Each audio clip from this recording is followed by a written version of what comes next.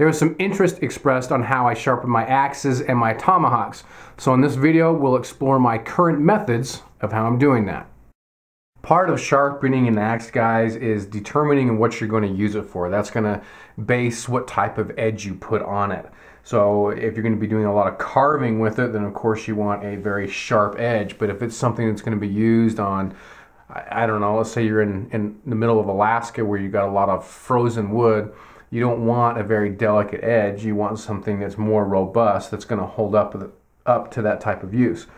So again, a lot of it is going to be up to you guys on what type of edge you put on your axe.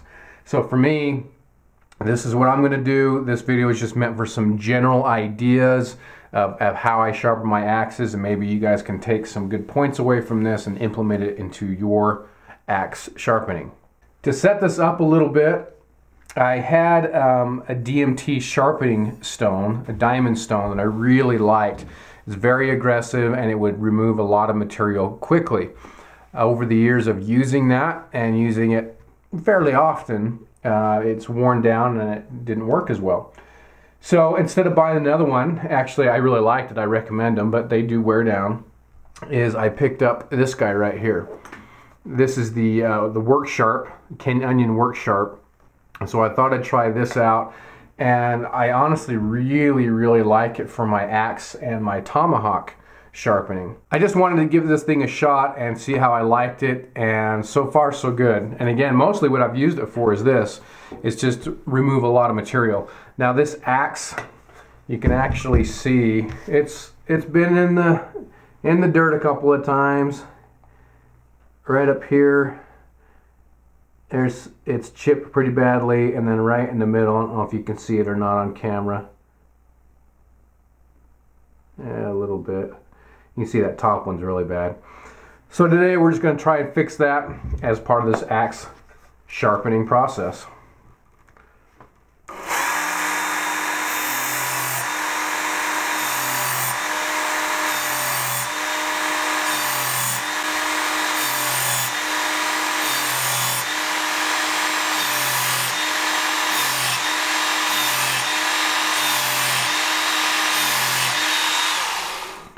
One thing that I do, I don't know if it's enough heat to mess up the heat treat on these things, but I try to, as you've seen, put it on there, get some going, take it off. Put it on, get some going, take it off. I don't like to just leave it on there. It generates too much heat. One thing I like about this system too is this puts a nice convex edge on it, because that belt gives, so it'll wrap around your edge, again, to give it that nice convex. And then what I found too is if you use it closer up here, you'll remove more material quicker, because there's not as much give. You're kind of on this pivot point on this roller of the Work Sharp.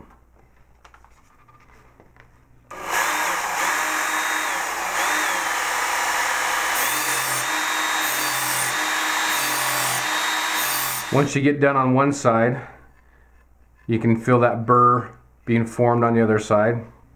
Just flip it over and repeat the process.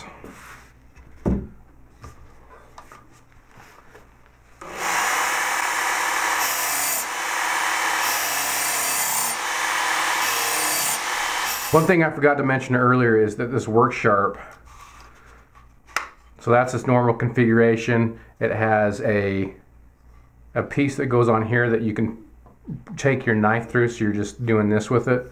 So I take that off and I do the freehand thing. Obviously with the axe is going to work in there. So I just take it off, kind of get the angle that I feel is good, and then I go from there. I like the freehand stuff.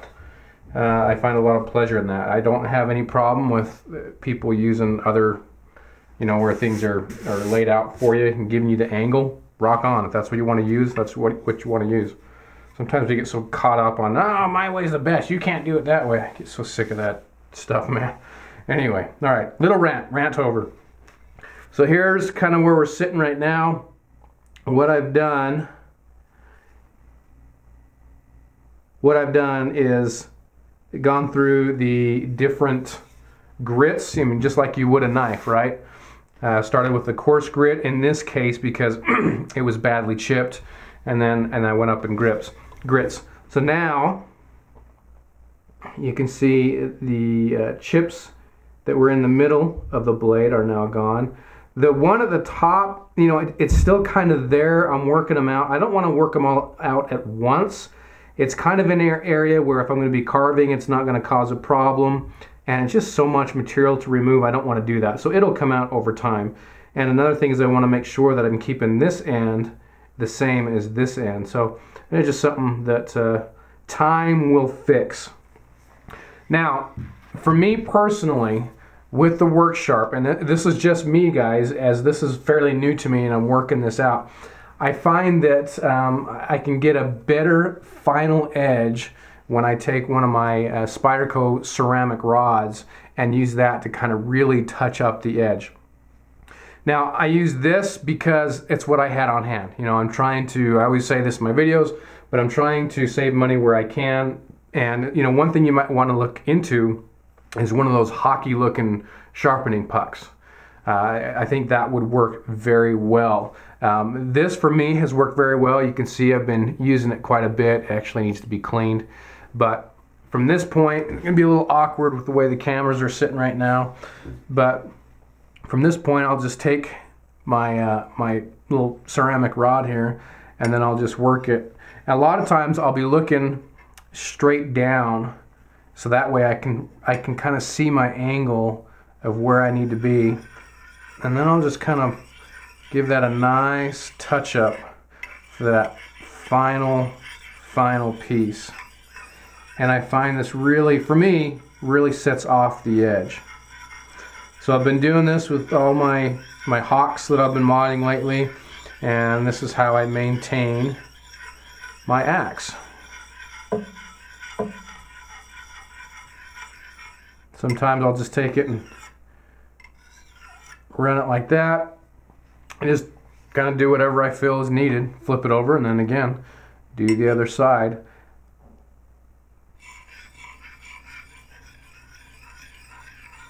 Now another thing with this, guys, is you see I'm just doing it on the table. I find that easy.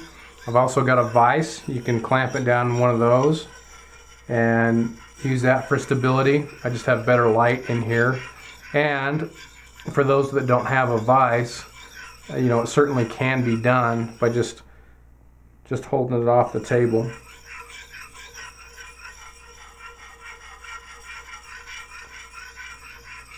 Man, I gotta tell you, this is very therapeutic.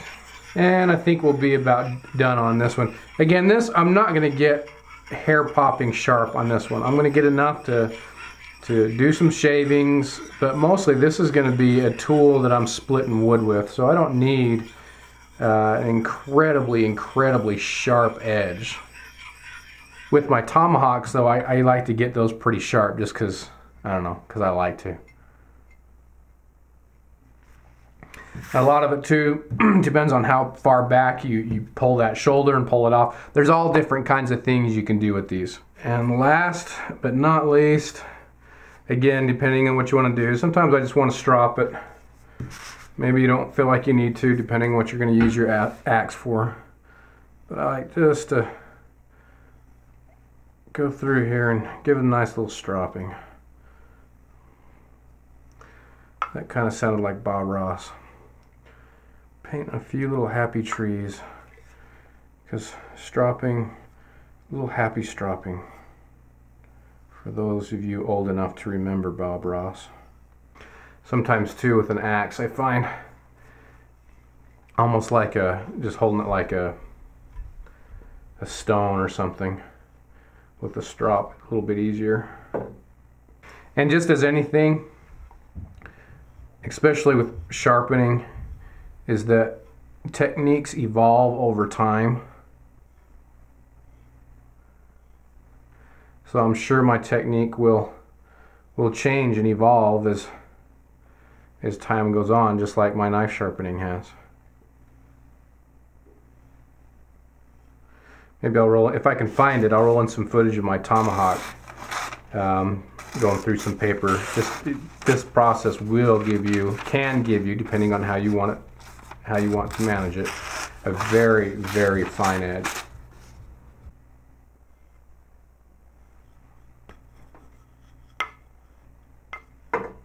There's many different methods you guys can use to sharpen your axes. So I throw this out there just to give some ideas and to showcase my current method. Again, it's always evolving, it's always changing.